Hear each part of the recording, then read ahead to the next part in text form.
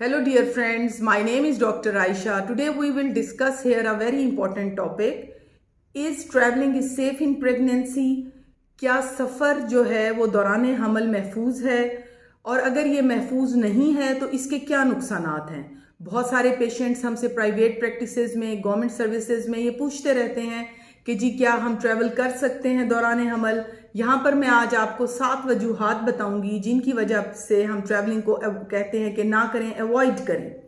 First of all ये है कि जो फर्स्ट ट्राइमेस्टर यानी जो फर्स्ट 3 मंथ्स हैं उनमें बेबी की हार्ट बीट आती है, बेबी का उसमें बेबी पार्ट्स बन रहे होते हैं, वो एक ह्यूमन की शक्ल में आ रहा होता है। इसमें हम ट्रैवलिंग इसलिए मना करते हैं। First of all miscarriages are very common in first trimester. Second, इनमें पीवी स्पॉटिंग या पीवी ब्लीडिंग स्टार्ट हो जाती है। Third important thing is that कि वो पेशेंट जो नाउजिया या वॉमिटिंग के साथ होते हैं उनको ड्यूरिंग ट्रैवलिंग जो नाउजिया, फीलिंग ऑफ नाउजिया है और वॉमिटिंग है वो ज़्यादा हो जाती है, जिसकी वजह से वो बाज़ औक़ात डिहाइड्रेटेड हो जाते हैं। ये बहुत इंपॉर्टेंट है समझना कि अर्ली प्रेगनेंसी में ट्रैवलिंग अवॉइड करनी है। उसके बाद आ जाते हैं लास्ट ट्राइमेस्टर यानी कि वो टाइम जैसे जिसको हम 7वां, 8वां या 9वां महीना कहते हैं, उसमें भी हम ट्रैवलिंग मना कर रहे होते हैं। बिकॉज एक तो बेबी टोटली ग्रो कर चुका होता है, गुड साइज में होता है, पेशेंट की अपनी बॉडी पर बहुत ज़्यादा प्रेशर होता है। इस सूरत में हमने देखा है कि वो पेशेंट जो लास्ट ट्राइमेस्टर्स में लंबी लंबी ट्रैवलिंग कर रहे होते हैं उनमें बाज़-औक़ात प्री एक्लेम्सिया यानी कि हाई ब्लड प्रेशर, पैरों का सूज जाना, पेशाब में जो है वो प्रोटीन्स का आने लग जाना, इस किस्म की अलामात जो हैं वो स्टार्ट हो जाती हैं।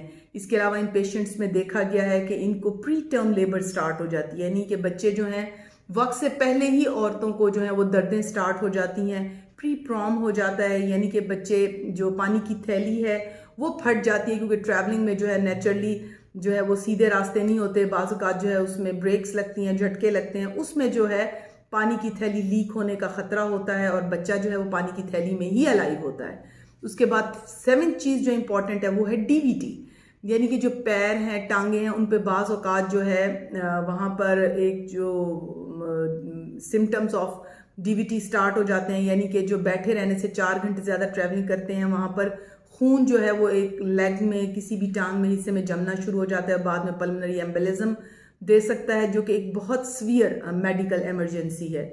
इसके अलावा ये भी देखा गया है कि बाज़ औक़ात पेशेंट्स जो हैं वो जब वो नई जगह पर पहुंचते हैं तो उस वक्त तक उनकी जनरल कंडीशन बहुत ख़राब हो जाती है।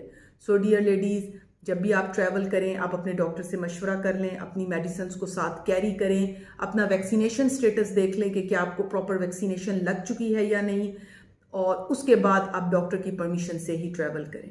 Thank you very much. Stay blessed, stay safe. अल्लाह हाफिज़।